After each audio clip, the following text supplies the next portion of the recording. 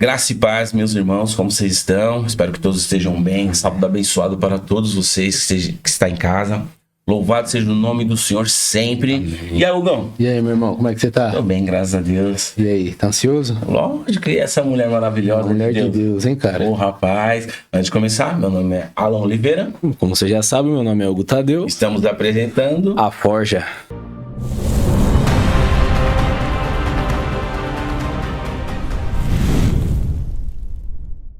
Louvado seja o nome do Senhor. E aí, meu irmão? E aí? Como passou os dias? Bem, e você? Eu fui maravilhoso na presença Na do Pai. expectativa, né, cara? Lógico. Mas vamos ao que interessa? Vamos. Sem pressa, né? Sem pressa. Né? Então, por gentileza, pode apresentar. Com vocês hoje, Pastora Fernanda. Tudo bem, pastora? Tudo bem? Olá, a paz. Amém. E aí, Fernanda? Como você está? Eu tô bem, um pouco ansiosa, nervosa até. Afinal de contas, a Forja, né? Amém. Só o nome já fala bastante do que a gente vai compartilhar um pouquinho aqui, né? A respeito de processos que vivemos com o Senhor, né? Então já dá um ataque cardíaco aqui, mas é uma honra, um privilégio estar com vocês. Estava ansiosa por esse convite, mas quando ele veio, tremeu um pouquinho aqui as pernas. Eu também ficava ansioso, viu? Todos nós, né? A gente entrevistou primeiro quem foi o seu esposo, né? Mas se apresente. Fala quem você é. Tem filhos? Casada? Fernanda, meu nome é Fernanda, sou esposa do pastor Roberto, né? E nós temos 3 filhos, uma casada já, com um genro que eu considero aquele genro que a gente sonha para filha, sou muito segura com o cuidado que ele tem. Temos uma netinha, Luísa, e temos 2 filhos adolescentes, Melissa e Roberto, e a mais velha é a Gabriele. Né, somos casados aí em 2 etapas, né? Depois eu conto um pouquinho para vocês a respeito disso, né? Foram 2 casamentos com a mesma pessoa e um período aí de separação até que prolongado, né? E acho que é isso, né? Vocês falaram aí, pastora, mas, por favor, fiquem à vontade para me chamar de Fernanda. Amém. Tá certo, pastor. Tá bem. Mas... E aí, Hugão? E aí? Mas, Fernanda, conta um pouquinho do seu testemunho. Quem é você? Você cresceu no berço evangélico? Como é que foi a sua vida cristã aí? Isso. A questão crescer ou nascer num berço evangélico, né? O pessoal fala, mas você nasceu na igreja? Sempre a piadinha, né? Sim. Ou o berço estava na igreja, não é isso, né? Eu cresci, sim, num lar cristão, né? E fui criado todo o período da minha infância na igreja, né? Uma igreja tradicional, né, da qual hoje eu não faço parte, mas que está no meu coração, né, que eu amo, porque foi onde eu recebi, na verdade, toda a instrução da minha infância, onde eu tenho, na verdade, guardado palavras, né, e passagens bíblicas que são tão tranquilos para mim, né, são tão reais, porque eu ouvi desde criança. Então, escola dominical, né, culto à noite, isso era comum das igrejas, hoje nem tanto mais, né? O domingo normalmente está focado no culto, onde você tem uma celebração infantil, mas nessa época não. Nós tínhamos a escola dominical, né, onde era separada as crianças dos adultos, e à noite o culto de celebração. Então ali eu passei toda a minha infância, amava, né, esse processo de ter um lugar separado para nós, um lugar de aprender na nossa linguagem, lúdico, separado por idades. Eu achava isso extremamente zeloso. Quando chegava esse período de férias, escola dominical era onde eu queria estar, onde tinha as atividades muito parecido até com o que se faz hoje nas escolas. Tinha trabalho de mão, de argila, e foi ali que eu cresci. Então, desde muito pequena, eu recebi da parte do Senhor orientação sobre comportamento, sobre muitas coisas. Mas eu era uma criança bastante introvertida, né? No sentido de, onde eu me sentia bem, talvez eu conseguia demonstrar um pouco mais de quem era a Fernanda. Mas em outros ambientes, bastante introvertida. Mas desde pequena, você falou que estava na igreja, mas você chegou a se desviar ou sempre seguiu no caminho? Isso aí tem essa questão, né? Até conversava com meu esposo esses dias. Quando você cresce, quando você cria filhos dentro da igreja, primeiro que você está cumprindo uma palavra, ensinar o filho no caminho que deve andar. Esse foi o papel da minha mãe, que ela cumpriu, eu digo, com excelência, né? E só que toda criança que cresce na igreja, né, conhecendo ali a palavra, recebendo instruções, ela vai viver confrontos ou conflitos no seu dia a dia, né? Eu acredito ainda que eu peguei uma fase onde não se era tão comum, né, ser cristão, ser crente. Então se tinha ainda um certo receio de compartilhar com os amigos, é verdade, eu peguei essa fase, não parece, mas é uma fase onde não se tinha muitas crianças que frequentavam a igreja, ou que tinham um comportamento ali diferente, na verdade, porque havia uma instrução, na verdade, para ser. Minha mãe sempre cobrava isso da gente, não brigar na escola, comportamento cristão, ela cobrava isso da gente, não era muito comum ter isso. E aí, enquanto você é criança, é tranquilo, né? Mas quando você começa a entrar na adolescência, eu não sei o que acontece com a nossa mente, né? E aí sim, eu acho que vem os conflitos, porque começa a haver uma cobrança de você ser diferente. Então, começa a ver o processo de paquera, de você gostar. Você é comum. Sim. Você não é diferente dos outros. Então, sim, você se apaixona, você gosta daquele menininho, isso é comum. Só que na adolescência começa a vir as cobranças de você ter um comportamento, ou namorar, né? Ou e aí, quando isso vai acontecer? E você tá falando, não é tão simples assim. E esse conflito, eu digo que... Eu acho que a minha mãe, ela foi sempre muito sábia. Porque quando você cresce, quando os filhos crescem na igreja, você tem 2 riscos, tá? E é verdade isso. Me desculpa se alguém, de repente, ouvindo isso aqui, discordar. Você pode causar um trauma no teu filho, né? E aí, quando ele cresce, ele pega verdadeiramente... Eu sei porque eu já li ou ouvi muito testemunho ou falas de pessoas que cresceram assim. Você pode causar um trauma e ele pegar verdadeiramente uma aversão, né? Porque tudo é não, tudo não pode.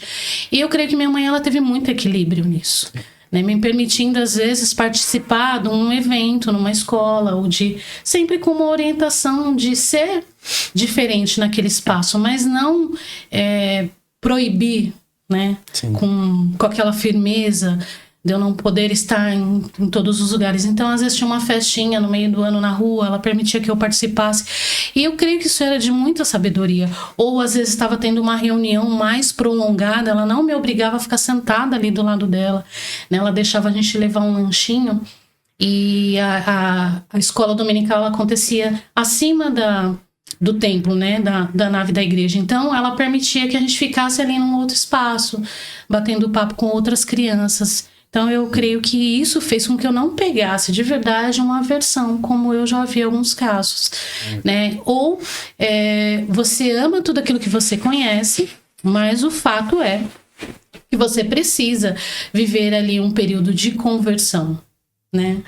Um encontro verdadeiramente com o Senhor, né? Um encontro com o amor, com a santidade dele, onde faz que nós olhemos para nós e vejamos que realmente a gente não tem nada. Por mais que você cresceu ali, que você seguiu algumas orientações, que o seu comportamento às vezes foi diferente, que você perdoou, que você tentou agir diferente, mas que você precisa ter esse encontro e se reconhecer como pecador, né? Se reconhecer como alguém que é carente da misericórdia, da graça do Senhor.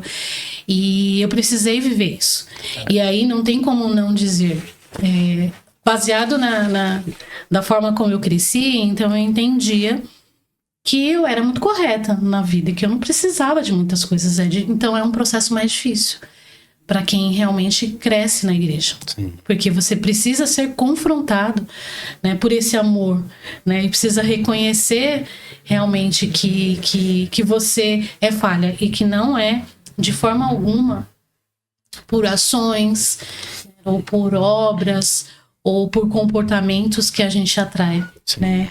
E aí, então, lógico, na minha adolescência, assim, eu quis namorar, eu quis realmente conhecer pessoas e tive, sim, essas experiências, né? E aí, então, eu precisei realmente entender mais lá na frente que eu não era diferente das outras pessoas, como eu falei, né? Carente também da graça e de reconhecer que eu precisava receber essa paternidade, porque ela era minha conhecida, né? Mas eu falo que no meu processo de conversão ele veio assim, eu te conhecia de ouvir falar, mas agora não, né? Eu agora te conheço, né? Eu te conheço de contigo andar, então eu precisei viver essa experiência, porque até então você vive uma crise mesmo entre estar dentro da igreja e estar vivendo uma vida comum, né? Então eu vivi essa fase, mas eu achava que porque eu era mais tranquila, estava tudo bem. Eu não precisaria de muita coisa para então eu julgava as pessoas, né? Eu falava assim, as pessoas têm um comportamento ruim, mas é possível viver diferente disso. Eu consigo, por que elas não conseguem? A gente tem uma visão assim, né? A gente consegue viver, né? E aí eu era extremamente, eu falo assim, que eu era extremamente juíza das pessoas e das situações. E eu falo que esse confronto, na verdade, na minha vida, veio muito por parte do meu esposo, né? Nem sempre assim, né? Hoje falando, parece até que foram coisas fáceis de ouvir, ou que sempre ele falou com muito amor. Não foi assim. Às vezes era falando, você julga as pessoas, olha como você você me julga também. E aí eu fui vivendo experiência com pessoas, sabia?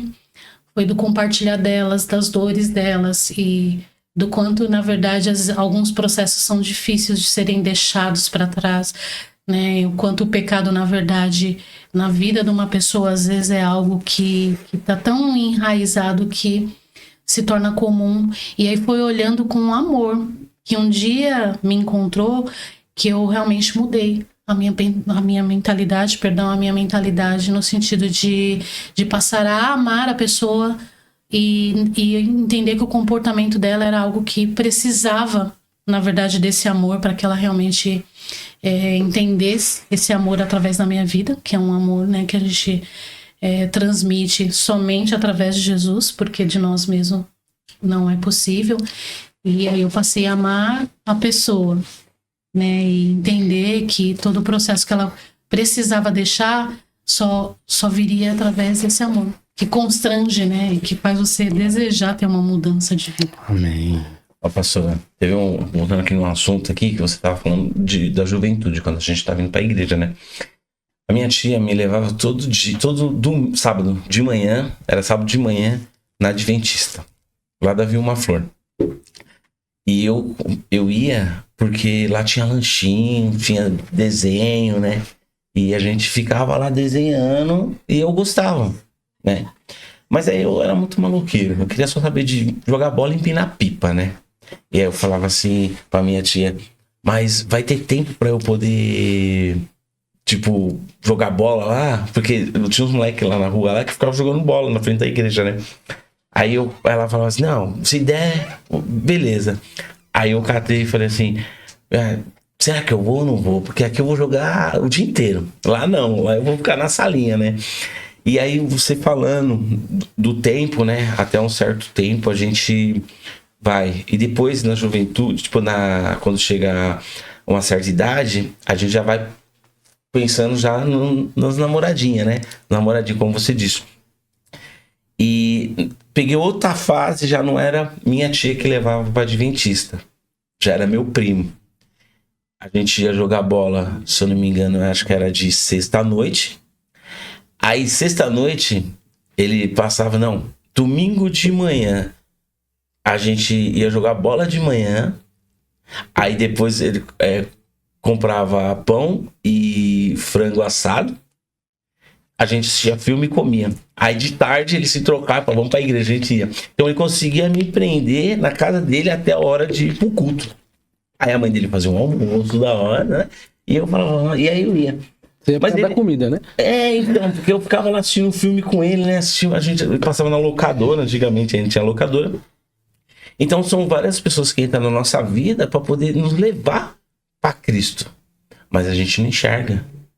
E aí eu comecei a ir na Adventista de Guaianazes, mas aí foi por causa de mulher. Por causa de menina. Eu tinha, se não me engano, acho que eu tinha 16 anos. E aí eu conheci uma menina lá na Adventista e eu comecei a frequentar a Adventista, mas eu nem conhecia Cristo. Então são fases da nossa vida que as pessoas está levando a gente para a igreja, né, por alguma razão, só que a gente não consegue entender. E eu falo para você, eu conheci Cristo não tem praticamente, acho que nem 10 anos. Eu tenho 45 anos. Demorou, hein? Para eu conhecer Cristo face a face, hein? Tanto que eu sofri.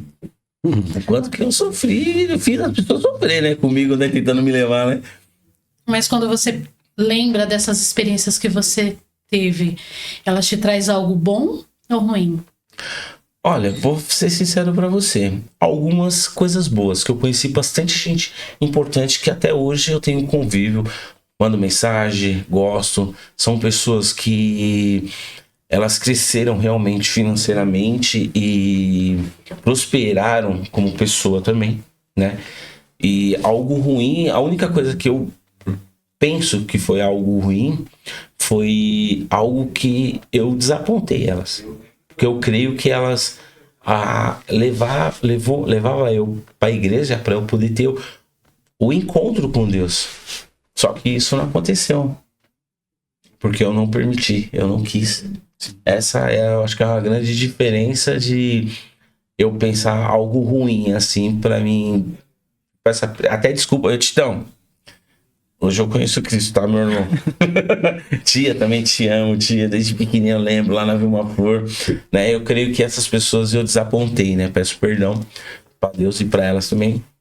E foi algo que passou na minha vida que hoje eu entendo, né? E outra coisa que você falou também agora, é levar a criança, tipo, a força. Às vezes ela pode pegar raiva de você e raiva do lugar. E não entender qual é o propósito, né? Mas vou ser sincero pra você, eu não me lembro o que eu sentia naquele momento. Né? Se eu pegava raiva das pessoas ou raiva da igreja, né? Tinha que ir bem cedinho, né? Mas hoje eu entendo que foi bom. Pelo menos eu estava no caminho e ele estava me protegendo até hoje. Eu entendo que é plantada uma semente. Uhum. E eu te falo que ela frutifica depois. Você tá aí, na verdade, pedindo perdão, mas sabe qual é a alegria dessas pessoas? Saber que elas fizeram parte. Né? A minha mãe era alguém interessante. Ela não se preocupava só conosco. Ela se preocupava com uma rua inteira. Então, uma época, ela fez até meu pai comprar uma Kombi para levar as crianças para a igreja. E aquela Kombi ia super lotada de criança. Hoje, estão todos na igreja? Não. Mas tem alguns que estão na igreja e quando eles falam assim, sabe por que eu estou? Não estão na igreja que ela frequentava, mas procuraram outra igreja. E se você ouvir o testemunho, eles falam, a Dona Bela fez parte desse processo. Né? Eu estou na igreja hoje porque alguém investiu na minha vida. Então, é uma semente plantada que você não sabe muitas vezes se ela vai florescer lá na frente. Mas quando você tem a notícia de que sim, isso é extremamente gratificante. Por exemplo, até o evangelista Fernando que pregou na nossa igreja, ele é um fruto. Eu falo que ele é um fruto da minha mãe, lógico. Tiveram outras pessoas que investiram no futuro, sim. Tiveram pessoas que oraram, sim. Mas a minha mãe, teve uma participação na infância dele. Então isso é de extrema importância. Por isso que eu falei do que você sente, porque as lembranças eram boas. Não que, eu desapontei. Não, é o que eu vivi, era bom. Se você se esforçava talvez você não consegue, não puxou isso na memória, né? Mas, tipo assim, se você se esforçava em acordar cedo, em voltar, ainda que a motivação seja outra, sabia? Às vezes a gente fica bravo, a motivação é porque tem comida, mas a gente não sabe, entendeu? Algo está sendo realmente plantado ali, e isso pode dar um bom fruto no futuro. Amém. Uma perguntinha? Tenho. Com tudo que você falou assim, quando você ia pra igreja, com os desejos, né? Que quando eu vou falar algo rápido. A minha mãe, ela não é cristã, só que de segunda a quarta ela ia pra igreja. Só que ela me forçava a ir pra igreja. E chegou um tempo na minha vida, durante uns 4, 5 anos, que eu tinha ódio da igreja. Eu falava, eu não quero ir pra igreja. Eu não vou porque eu sou forçado e tudo, mas hoje ela não seguiu. Só como você falou. Isso foi lá atrás, mas hoje, pra mim, eu vejo que foi bom. O porquê? Hoje eu gosto de estar na presença, eu gosto de estar na igreja. Mas o que influencia hoje você como mãe fazendo com os seus filhos, de levar ele para a igreja, como você falou, a Bíblia diz, né? Ensina seu filho no caminho que deve andar. Como é que você vê o que você aprendeu lá atrás, você aplica hoje para os seus filhos? Eu acho que é de extrema importância, né? Eu falo que até teve um período da minha juventude já, né? Como eu falei, até... Deixa eu responder a tua pergunta, depois eu entro nessa questão da Gabriele, né? Que teve uma parte da vida da Gabriele que foi muito mais minha mãe que investiu do que eu, que foi o período que eu estava separada. Mas eu entendo que é o papel dos pais, né? Eu falo que se a gente conseguir buscar o equilíbrio, Hugo, porque é igual você falou, você teve uma versão, mas depois você entendeu. E com certeza as sementes foram plantadas, sim, ainda que, né, talvez a forma como era feito me fez por um tempo não desejar. Mas é aonde você realmente começa, primeiro, cumprir uma palavra, que é realmente ensinar. Só que eu acho que vai além, né? Quando você fala de filho hoje, com muito mais experiência e maduro, o filho, ele tá enxergando muitas coisas. Então, assim, você pode levar o filho para a igreja e o seu comportamento em casa não condizer com alguém que está ensinando algo para ele. Isso também é uma das formas de uma criança pegar uma aversão.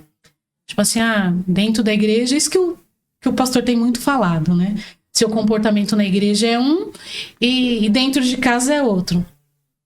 Você não vai. Então, assim, não é só levar o filho para a igreja. É realmente ser um exemplo e um testemunho, né, na vida desse filho. Né, ser alguém realmente que demonstra que conhecer a Cristo é realmente se tornar alguém parecido com ele, né? E ele, muito diferente daquilo que nós somos como agimos na nossa alma, e não também nessa versão do amor que tem sido pregado hoje tão somente, porque ele ama muito, mas ele também é um Deus justo. Sim. Mas aí a gente tem que ser exemplo. Então, eu sou exemplo na minha casa, eu sou alguém que ouço os meus filhos e as dificuldades. Às vezes abrimos mão mesmo, tipo assim, tá em semana de prova, tá cansado, a gente dá a liberdade realmente de não participar de algumas coisas. Se é uma reunião que vai ser mais prolongada, se é uma reunião na casa de alguém, hoje eles já estão na adolescência, eles têm condição de ficarem, né, e eu deixo ali uma comida, um lanche pronto, alguma coisa. Então dá para preservá-los disso. Sim. E igual o Roberto fala, às vezes, ao invés de estar, por exemplo, numa reunião de quinta, eu prefiro que eles tenham prazer e que eles anseiem pelo sábado.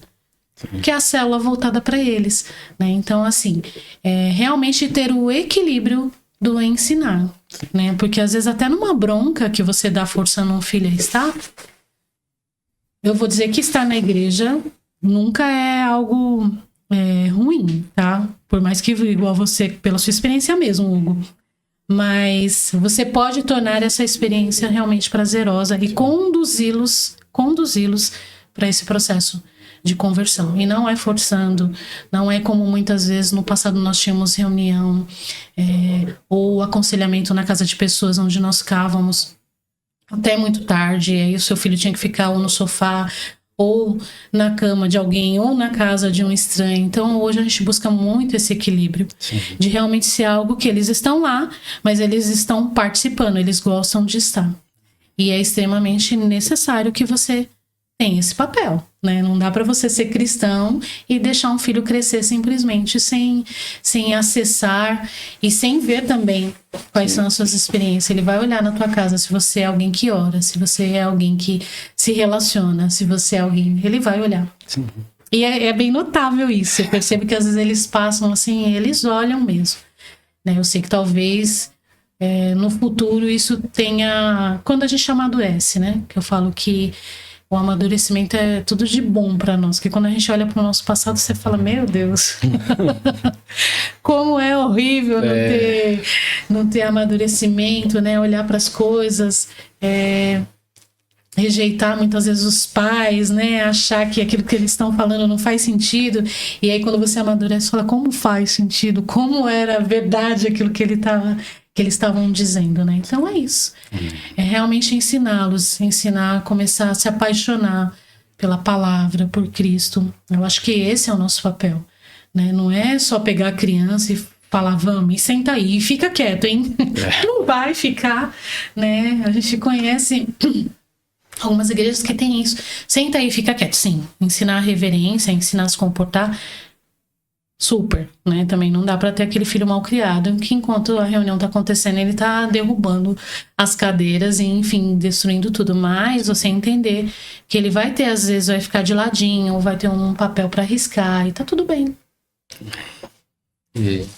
Bem. E Fernando, vou fazer uma perguntinha aqui, né? Rápido, né? Conta pra gente alguma experiência que você teve, assim, em relação a sua vida ministerial com intercessão. Foi a mesma pergunta que a gente fez com a Ana também. E o que levou, tipo, antes da intercessão, né? Que você agora é a presidente da intercessão. Nós temos a Ana Leide, né? Que teve aqui a semana passada como líder da intercessão. E dentro da intercessão, eu me submeto à Ana Leide, né? Eu não tenho esse papel de presidente, eu não tenho esse papel. Realmente, tudo aquilo que a gente recebe, lógico, intercessão é intercessão, é orar e ouvir aquilo que Deus tem para falar. Então, nós respeitamos uns aos outros, como ela falou, uma equipe realmente amorosa e que respeita o sonho, o compartilhar, a visão do outro.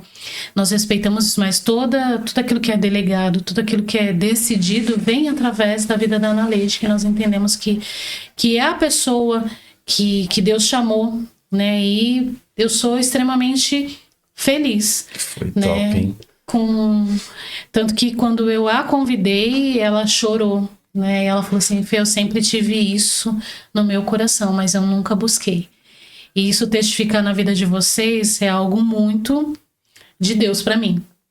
Mas a minha experiência, Fernanda, tá? Eu falo que não foi um ministério que foi um chamado simples ou foi um chamado claro, né? Foi um chamado necessário, né? Crescer na igreja, ter experiência com ministérios, me fez perceber, hoje como, né, junto com o Roberto, responsável por um ministério, me fez perceber a extrema importância, a necessidade, né, da vida de Deus através de um ministério de intercessão em uma igreja. Sim. Eu não consigo imaginar uma igreja que funcione ou que trabalhe sem um ministério de intercessão. Sim. Né? E a intercessão, a oração. Então, é algo que eu me coloquei, né, diante do Senhor mesmo. Por ser necessário, eu gostaria, Deus, de experimentar isso, né? Mas com uma pessoa que Deus colocou no nosso coração para que estivesse à frente. Sim. E que tem um coração e uma vida de oração visível, notável, que ama a oração, que ama realmente compartilhar uma vida de oração com Deus. Agora, para a Fernanda, né, foram experiências adquiridas, foram condicionamentos. Agora você é uma intercessora.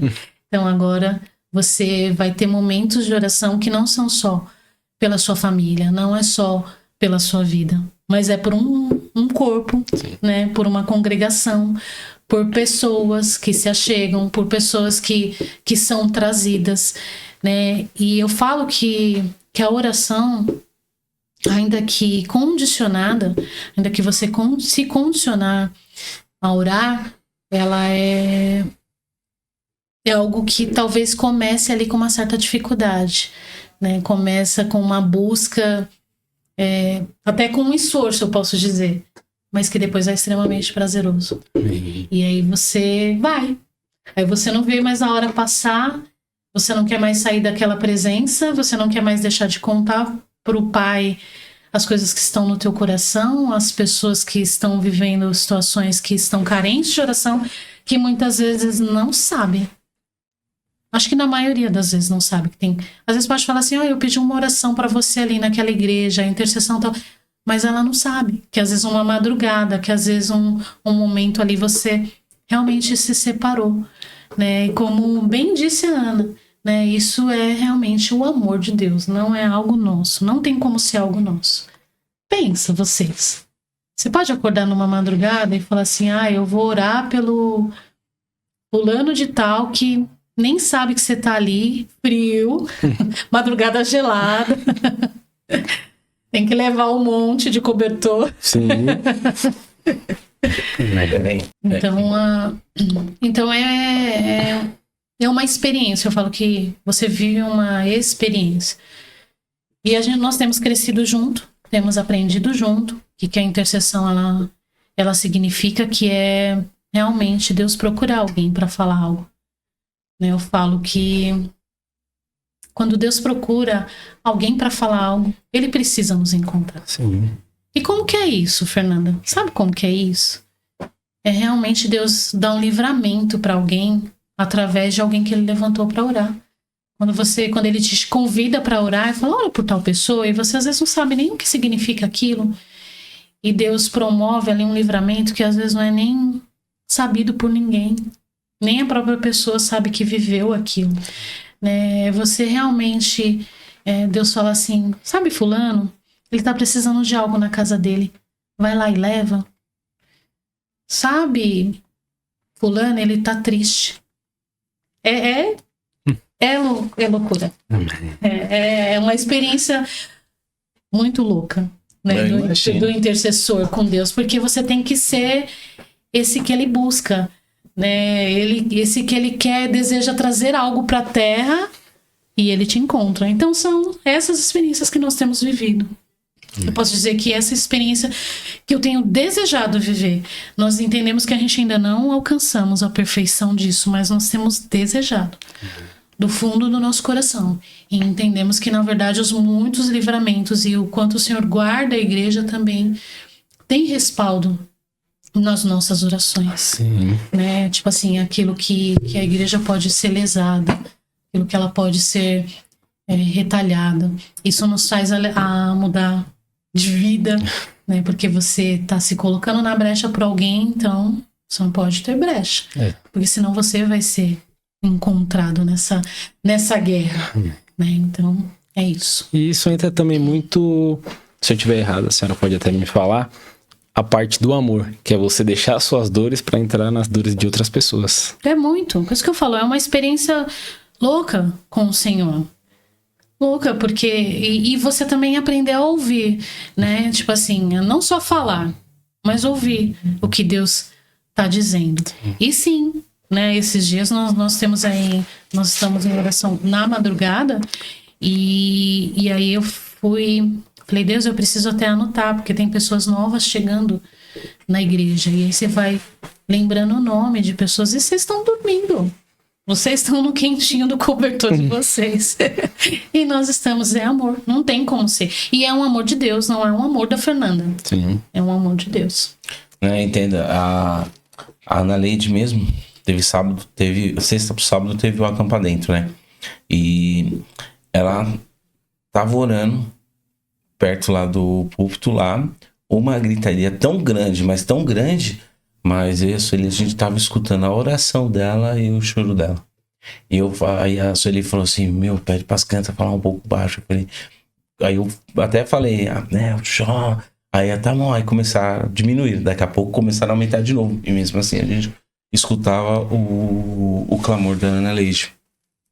Creio comigo que não é só ali aquele momento, é tipo assim, tem horários, tem motivos, tem ocasiões que ela pega, que nem ela tava falando, acorda de madrugada, vai pro joelho. Ela teve até um testemunho que a irmã dela, filha dela, falou, ora mãe, ela orou pela irmã dela e a irmã dela passou uma situação muito difícil nessa madrugada, né? creio comigo que vocês todos da intercessão, até você como pastora, você sabe que você já atendeu até minha esposa, né? Uma vez lá no Shopping Penha, a gente foi ontem lá, ela lembrou, ela falou, nossa, eu vim aqui com a Fernanda e tal.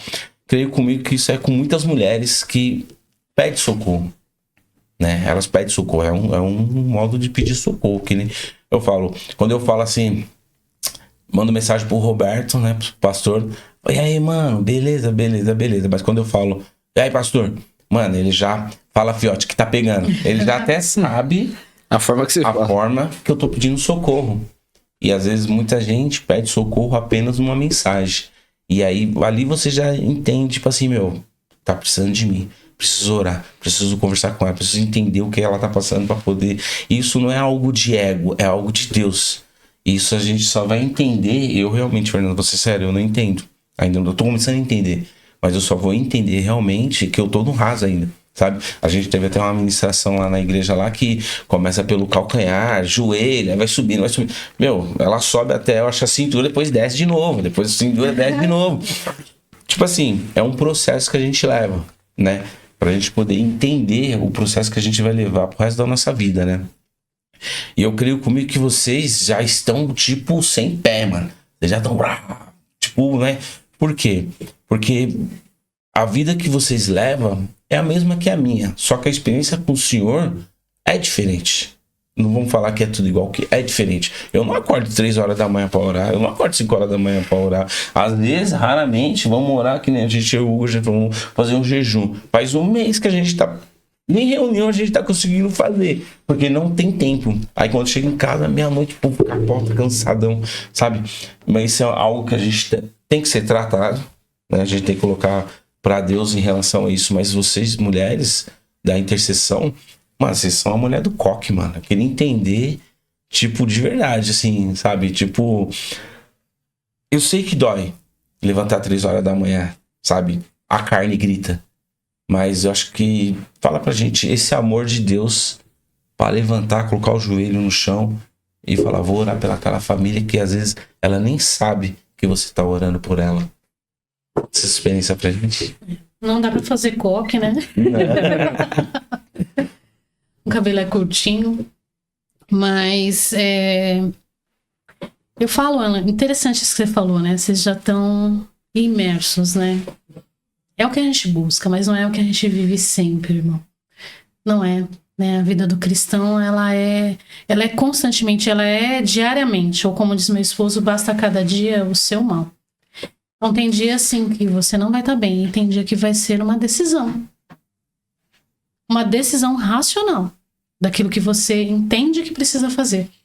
Às vezes é obediência, né? Teve uma madrugada que foi, pra mim, a obediência. Porque eu sei que foi algo que estava no coração da Ana e que eu precisava cumprir. Aí, como eu falei para você, aí no caminhar da oração, né? Às vezes, sim, você você já tá ali. Eu tinha colocado uma ministração antes para ouvir. Eu já estava ouvindo um louvor, já estava aquecida, já estava queimando. E aí, você coloca o joelho no chão e aquilo flui. E às vezes você coloca o joelho no chão e fala, Deus... Hoje eu tô precisando, na verdade, um pouco do Senhor, um pouco do seu colo, para eu poder prosseguir aqui. Lógico que na intercessão, quando tem alguém, na verdade, que estiver numa situação instável, vivenciando alguma coisa, ela pode sim se abdicar de viver algumas determinações e alguns processos, porque é isso mesmo. É se colocar muitas vezes no lugar do outro, cobri-lo de oração, né? Então a sua vida ela precisa estar apta para isso, né? Ela precisa realmente estar. Você precisa entender o que você está fazendo. Então é obediência, decisão e amor de Deus. Amém. É isso que te conduz a cumprir esse chamado, né? A entender a importância. E como eu falei, eu já entendo que não existe um caminhar sem intercessão, né? Não existe. Houve uma convocação de algumas mulheres. E tem um detalhe também, né? Eu falo que como esposa de pastor que eu sempre entendi o chamado do meu esposo que aconteceu, na verdade, na vida dele muito jovem.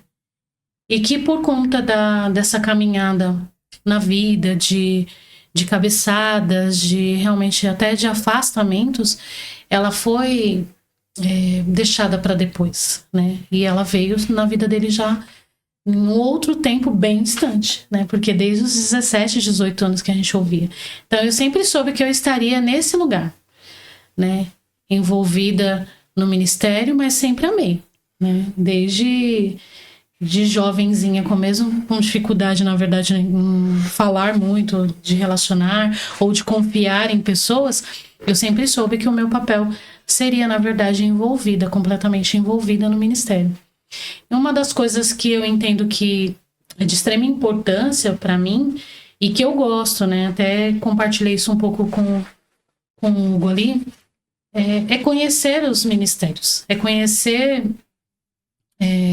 o lugar onde cada pessoa atua. De alguns eu faço parte, como Ministério Infantil, como intercessão, de outros eu conheço ou participo de reuniões ou me coloco no lugar da pessoa. Eu gosto disso.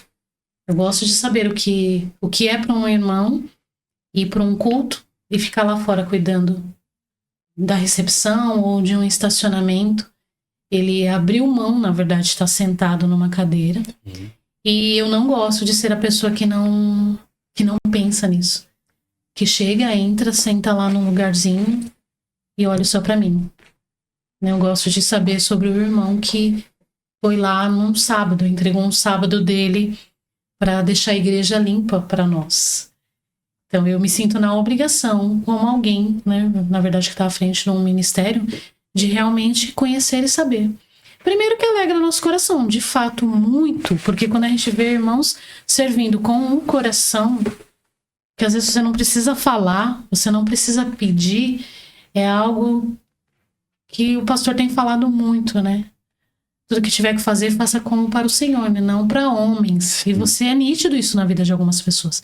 Então não tem a ver comigo. Ele não tá fazendo para eu ver. Mas eu gosto de ver. Eu gosto de ver porque eu gosto até de depois, quando eu puder orar para aquele irmão, realmente trazer esse relatório para Deus, né? No sentido de como ele faz, como tem prazer, como o Roberto fala, né? Aquele líder, agora evangelista que está à frente de uma célula e que está toda semana se preparando para se envolver com pessoas, para edificar a vida de pessoas, né? Eu prezo hoje muito pelo nosso crescimento, quando você falou assim, às vezes você sai para aconselhar uma pessoa, atende aquela pessoa, e eu penso que nós amadurecemos muito no sentido de que hoje, antigamente a gente falava assim, sobe aqui, eu vou te carregar. E às vezes você precisa realmente, por um período, carregar, mas depois você fala pro irmão assim, desce que agora eu vou te ensinar a caminhar sozinho, você precisa crescer. E eu acho que a gente tá muito assim, né? Porque o carregar, sempre que o irmão caía, ele entendia que você precisava ir lá e carregá-lo novamente. E hoje a gente tem falado assim, não, olha, agora eu já te ensinei. Agora você também consegue orar.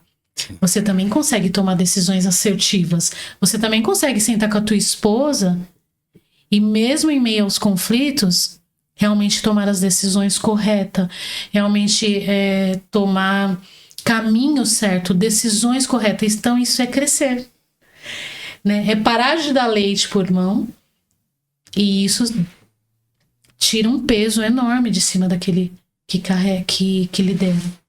Que às vezes precisa sim pegar pela mão, que às vezes precisa sim oferecer um leite, porque senão o irmão, se der uma pancada ali, algo mais pesado, ele não vai resistir. Mas às vezes você olha e fala, você aguenta.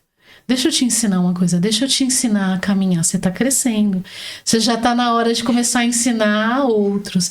Então assim, eu tenho me alegrado muito nisso. Muito, ainda que meu esposo às vezes fala, meu Deus, às vezes eu falo assim, desenha. Ele fala assim, às vezes eu falo, a pessoa não entende. Eu falo assim, às vezes você vai ter que desenhar, não tem um pouco mais de dificuldade. Eu acho que você já falou isso pra ele falar pra mim, né? Desenha. Não sei pessoalmente, mas às vezes eu falo assim, desenha, a esposa desenha. Né? Não pense que todo mundo, porque eu falo assim, às vezes quando você fala, é como se você quisesse que a pessoa pensasse como você pensa. Só que você tem um modo de pensar e a pessoa tem outro. Às vezes você vai precisar realmente desenhar para aquela pessoa. Mas é isso, que realmente tem me dado prazer na verdade, tem nos visto crescer como igreja, é isso.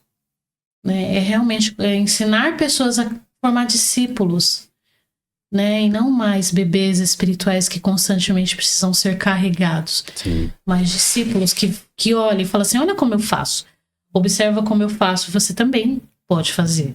E depois você pode ir além. É muito a vida de Jesus, né? Sim. Tipo assim, ele caminhava. Se você for ver, Jesus cresceu. Com 12 anos ele já conhecia ali, né, toda a Torá, toda a palavra ali, já realmente falava nas sinagogas, já falava com adultos. Mas o ministério oficial de Jesus, ele vem depois, e é curto.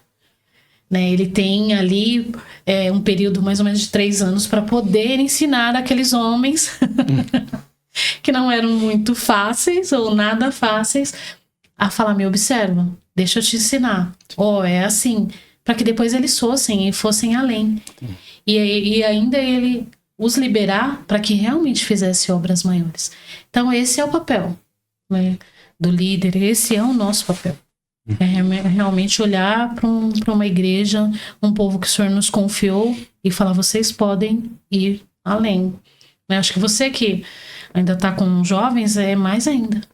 É realmente desejar que o outro viva aquilo que você não viveu. Sim. Que outros alcancem ou cheguem em lugares onde você talvez nunca vai pisar.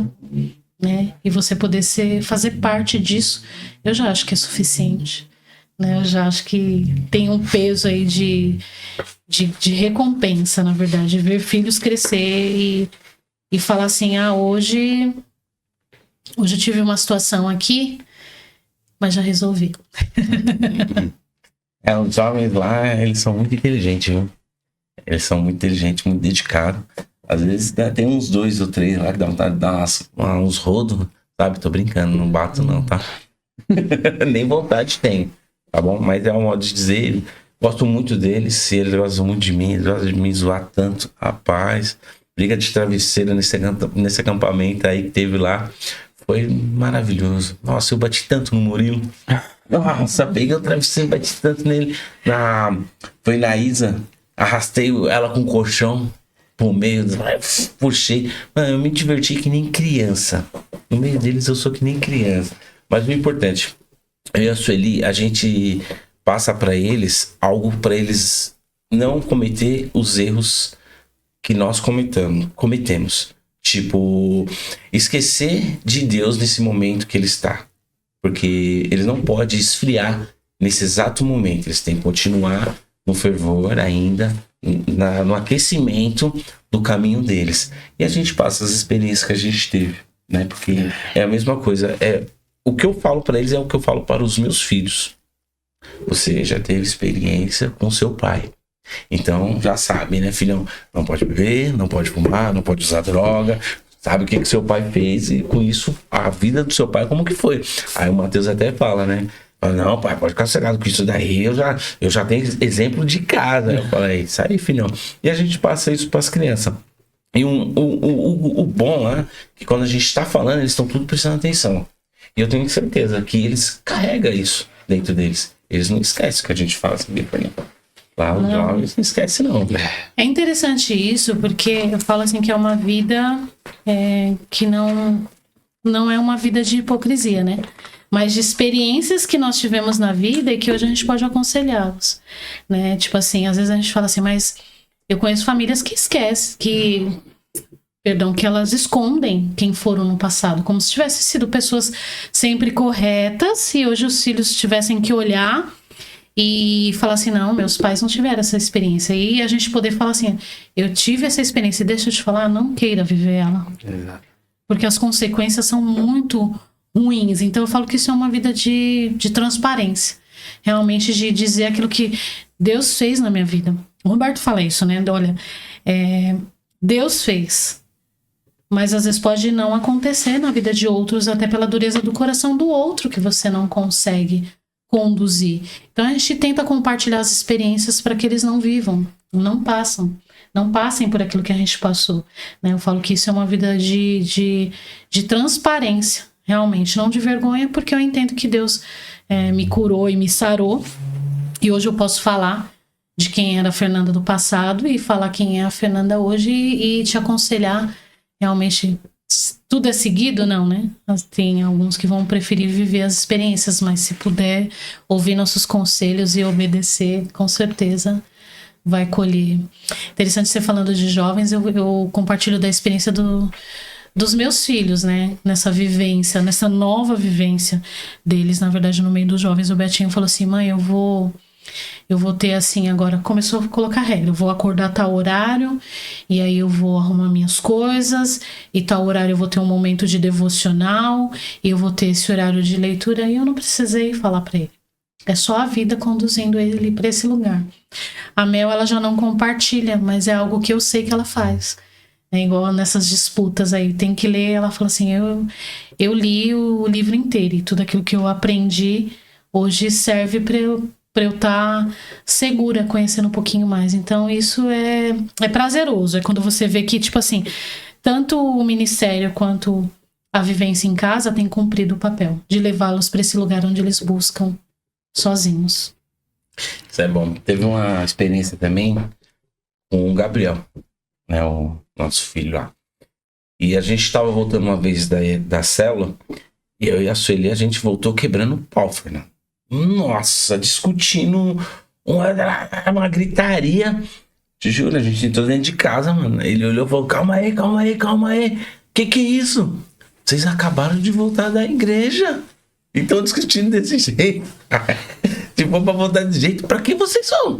Aí a gente parou, isso daí tem uns 10 anos atrás. Vamos botar que tem uns 10 anos. Não, uns 10 anos não, uns 9 anos atrás. Aí eu olhei pra ela assim, né? Era aquele tempo que eu tava ainda, né? Ainda. Aí isso foi algo que aconteceu e aí a gente não fez mais isso na frente dele. Não fez mais.